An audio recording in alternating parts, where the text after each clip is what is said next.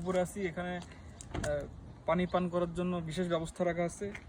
এই সিস্টেমটাই হচ্ছে অন্যরকম। পানি পান আমি করছি, দেখেন।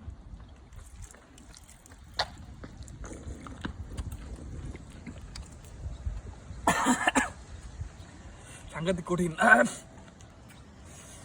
এখানে হাত ধোয়া যাবে, হাত দিয়ে পানি খাওয়া যাবে।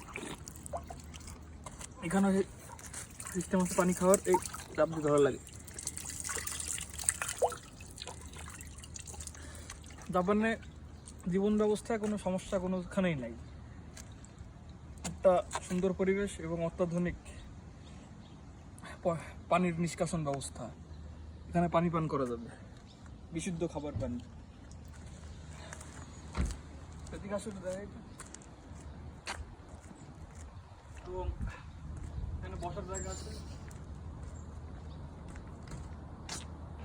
আর আছে একটা সুন্দর পরিবেশ সমুদ্রের ভেতরে,